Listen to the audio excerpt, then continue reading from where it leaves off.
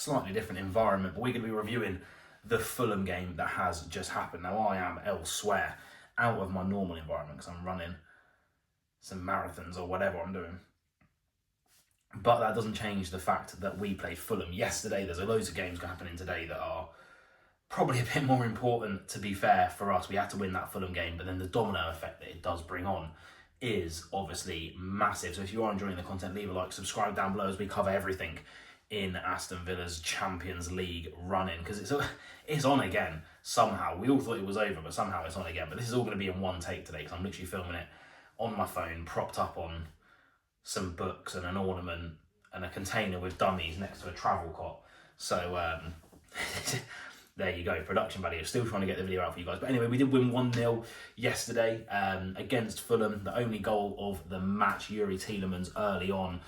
So today I'm probably just going to take it a bit more of a chance just to have a relaxed chat about what happened yesterday in that game, because I don't actually think we played that well. I think a lot of fans echo that, but ultimately we have 4 cup finals, as it was said yesterday before the game started, and we've won 1 of the 4, with other teams around us slipping up, even Arsenal losing to Bournemouth, although that might give them a little bit of hope. They might be able to sneak into 7th place. So that result, perhaps not the best for us. There's some huge games today. Chelsea, Liverpool, Newcastle, Brighton. If both of them lose, they play each other next. Villa have a chance somehow to try and push for that top 5. Again, Nottingham Forest, of course, playing Crystal Palace on Monday. But in terms of the game itself, I didn't think we played particularly well. We were lacklustre in possession, slow. Again, John McGinn, yes, he got the assist, great corner, chucked it in. But having him and Rodgers on the wings, I think just really slows Villa down. Ollie Watkins, again, proving that he couldn't hit a barn door with 17 banjos, because he should have had a couple of goals that game. But anyway, I digress. The main thing for me was when Fulham went down to 10 men, because I can't remember who it was, but they had a player come off through injury. We didn't take advantage of it. Yes, Marlon hit the bar, but a majority of those 10 minutes or so, probably a bit more actually, because of the amount of added time there was Fulham being in control of that game. We had an extra man on the pitch. We had the 11th or 12th man rather we had the actual 11th man on the pitch, but the 12th man in Villa Park, the whole end, Doug Ellis stand, all of that kind of stuff. And yet Fulham were almost still in the ascendancy and pushing Villa in those last 10 minutes. And Villa historically haven't been fantastic against 10 men. We've done it a couple of times where we've either drawn against 10 men, lost against 10 men, conceded against 10 men. It's really bizarre. I don't know why that is. Maybe because we're so regimented. But yeah, we didn't take a fully advantage of that. And with the goal difference that could come into play, who knows? I know we're quite far behind, especially the likes of Newcastle. It just felt like an opportunity to get a couple more goals. And we didn't take that opportunity. I mean, overall in the game, I thought Fulham played quite well. Again, Villa too slow. Not enough impact down the wings. Like I say, we needed a Bailey or a Marlon on the wing for my like. Obviously, Rashford might come back for the Tottenham game. Who knows? But yeah, we didn't play very well at all, in my opinion. But, again, and it's a big but. I have to preface that with but. We got the dub.